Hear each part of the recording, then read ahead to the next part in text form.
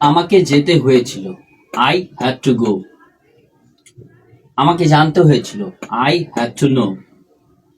আমাকে ভাবতে হয়েছিল বা চিন্তা করতে হয়েছিল, আই হ্যাড টু থিঙ্ক। আমাকে তৈরি করতে হয়েছিল, আই হ্যাড টু মেক। তোমাকে যেতে হয়েছিল, ইউ হ্যাড টু গো। তোমাকে জানতে হয়েছিল, ইউ হ্যাড টু নো। তোমাকে চিন্তা করতে হয়েছিল, you had to think.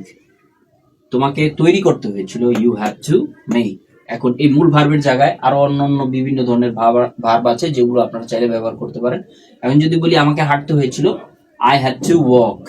I had to walk. I had to walk. আমাকে হাঁটতে হয়েছিল।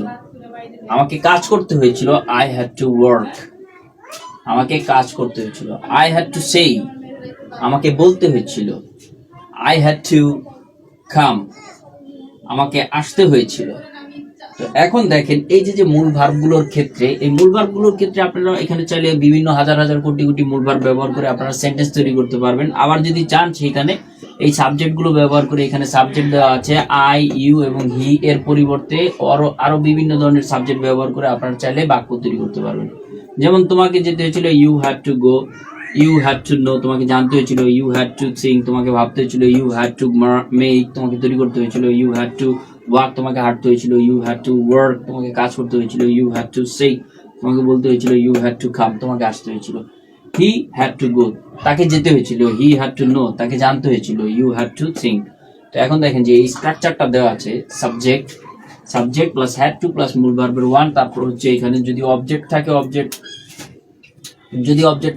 বসাবেন, যদি এক্সটেনশন থাকে এক্সটেনশন বসাবেন। আমি এখানে ভিডিওটা শর্টকাট করার জন্য এখানে এটা আমি ব্যবহার করি নাই। আপনারা চাইলে যদি চান সেই ক্ষেত্রে আপনারা ব্যবহার করতে পারেন। যদি এখানে অবজেক্ট ব্যবহার করেন সেই ক্ষেত্রে আপনাদের অবজেক্ট দিতে হবে, এক্সটেনশন যদি ব্যবহার করেন দিতে হবে। তো এই যে structure subject plus had to plus মূল ভার্বের ওয়ান, তো এখানে আমরা এইখানে কিন্তু প্রত্যেকটা জিনিস হচ্ছে সাবজেক্ট। তারপর হচ্ছে এটা হচ্ছে স্ট্রাকচার অনুযায়ী সাবজেক্ট, স্ট্রাকচার অনুযায়ী হ্যাড টু, তারপর আমরা বসলাম হ্যাড টু, তারপর মূল ভার্বের ওয়ান। এগুলো হচ্ছে মূল ভার্বের একদম বেস্ট ফর্ম।